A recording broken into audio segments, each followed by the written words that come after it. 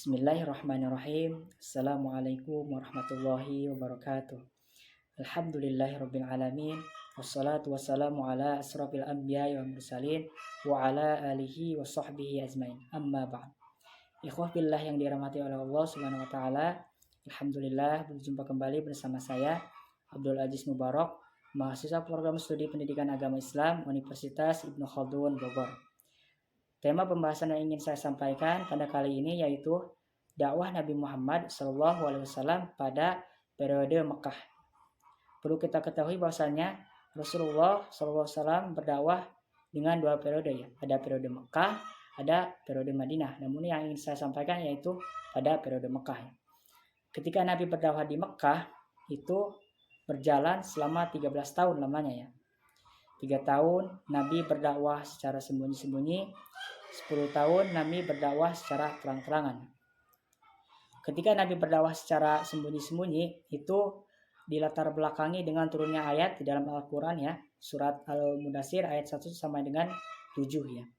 Kemudian ketika Nabi berdakwah secara terang-terangan itu dilatar belakangi dengan turunnya ayat di dalam Al-Quran surat Al-Hijr ayat 94 sampai dengan 95 ya. Ketika Nabi berdakwah secara sembunyi-sembunyi itu Nabi melakukannya kepada keluarga Nabi sendiri ya, atau kerabat terdekat ya. Dan kemudian orang-orang ini kita kenal sebagai orang-orang yang pertama masuk Islam ya, atau dengan istilah as-sabiqunal awwalun ya. As-sabiqunal awwalun ya. Yaitu ada istri Nabi sendiri yaitu Khadijah binti Khuwailid, ada Ali bin Abi Thalib ya, ada Abu Bakar As-Siddiq, ada Zaid bin Haritsah, dan para sahabat lainnya yang kita kenal sebagai as-sabiqunal awwalun ya. Kemudian dakwah secara terang-terangan ya. Ketika dakwah secara terang-terangan itu Nabi melakukan kepada para penduduk di Mekah ya pada saat itu ya. Tepatnya di Bukit Safa Nabi berdakwah ya. Kemudian Nabi mendapat berbagai tantangan dari para penduduk Mekah, khususnya para pemuka kafir Quraisy ya, yang menentang Nabi, menghina atau bahkan menyakiti Nabi ya pada saat itu.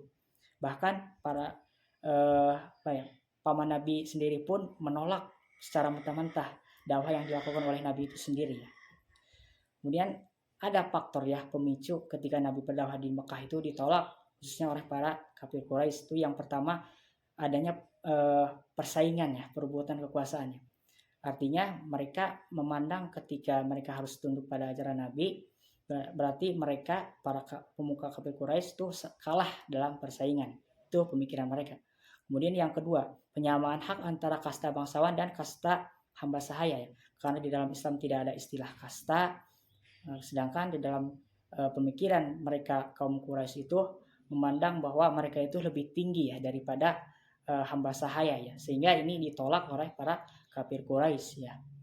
Kemudian yang ketiga yaitu takut dibangkit ya, karena di dalam ajaran Islam itu adanya hari kebangkitan, hari akhir, segala bentuk apa yang kita lakukan di dunia ini perlu dipertanggungjawabkan. Sehingga orang-orang kafir Quraisy ini takut dengan adanya hari kebangkitan atau hari akhir ya. Kemudian yang keempat yaitu taklid pada ajaran nenek moyang ya. Ya, orang-orang Quraisy ini sangat fanatis sekali ya terhadap ajaran nenek moyang mereka ya. Mereka menolak segala bentuk ajaran ya, karena mereka ini sangat fanatis ya terhadap ajaran nenek moyang mereka sendiri ya, sehingga menolak ajaran Islam. Kemudian yang kelima yaitu memperniagakan patung ya, karena orang-orang Quraisy ini sangat suka sekali berbisnis, berniaga, sehingga patung-patung pun dijadikan bisnis oleh mereka ya. Ada patung-patung yang kita kenal pada zaman itu yaitu ada Hubal ya, ada Lata, Uzza, itu mereka perjualbelikan ya pada orang-orang yang hendak umroh pada saat itu. Padahal itu sangat dilarang sekali ya di dalam ajaran kita, di dalam ajaran Islam, karena itu merupakan perbuatan syirik ya, atau menyekutukan Allah ya. Adapun hikmah ketika Rasul itu berdakwah di Mekah itu ada hikmahnya ya bagi kita. Itu yang pertama, yakin bahwa Allah itu menolong para hambanya yang bersabar, yang tabah ya, yang semangat dalam berdakwah ya. Kemudian yakin bahwa semua hidayah itu datangnya dari Allah Subhanahu wa taala ya. Sementara Rasulullah SAW itu bertugas sebagai pembawa risalah ya. Kemudian Islam itu mengajarkan persamaan hak ya. Jadi tidak ada sistem kasta ya di dalam Islam itu. Semua manusia itu sama ya. Yang membedakan hanyalah ketakwaannya ya. Kemudian setiap perjuangan dakwah Rasul itu membutuhkan pengorbanan ya. Bagaimana Rasul itu berdakwah di Mekah mendapat berbagai tantangan ya itu. Itu merupakan bentuk pengorbanan Rasulullah ya di dalam berjihad atau berdakwah ya.